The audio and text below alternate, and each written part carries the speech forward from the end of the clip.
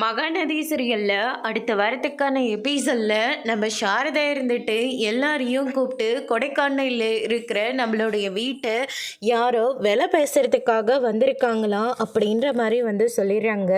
அதுக்கு அடுத்ததாக கங்கா இருந்துட்டு அந்த வீடு யாருக்குமே யூஸ் ஆகாமல் இருக்கிறதுக்கு பேசாமல் வித்தரலாம், இதில் என்ன தப்பு இருக்குது அப்படின்னு சொல்லிட்டு கங்கா சொல்லவும் இதை கேட்டோன்னே காவேரி பயங்கரமாக கோவப்படுறாங்க. யாரை கேட்டு நீங்கள் அந்த வீட்டை விற்கிற அளவுக்கு வந்திருக்கீங்க? அந்த வீடெல்லாம் விற்கவே முடியாது, அது சும்மாவே இருந்தாலையும் பரவாயில்ல, எனக்கு எந்த பிரச்சனையும் இல்லை. இனிமேல் யாருமே அந்த வீட்டை விற்கிறத பற்றி பேசவே கூடாது.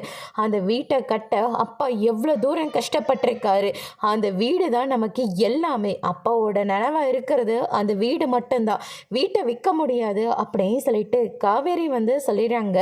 அதுக்கு அடுத்ததாக கங்கா இருந்துட்டு நம்ம யமுனாவுக்கு ஃபோன் பண்ணுறாங்க.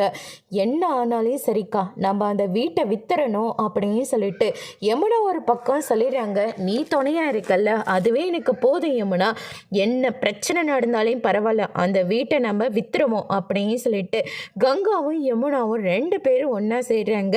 இனி காவேரி அந்த வீட்டை எப்படி மீட்க போகிறாங்கன்றதை வரப்போகிற எபிசோடில் பார்க்கலாம். தேங்க்யூ.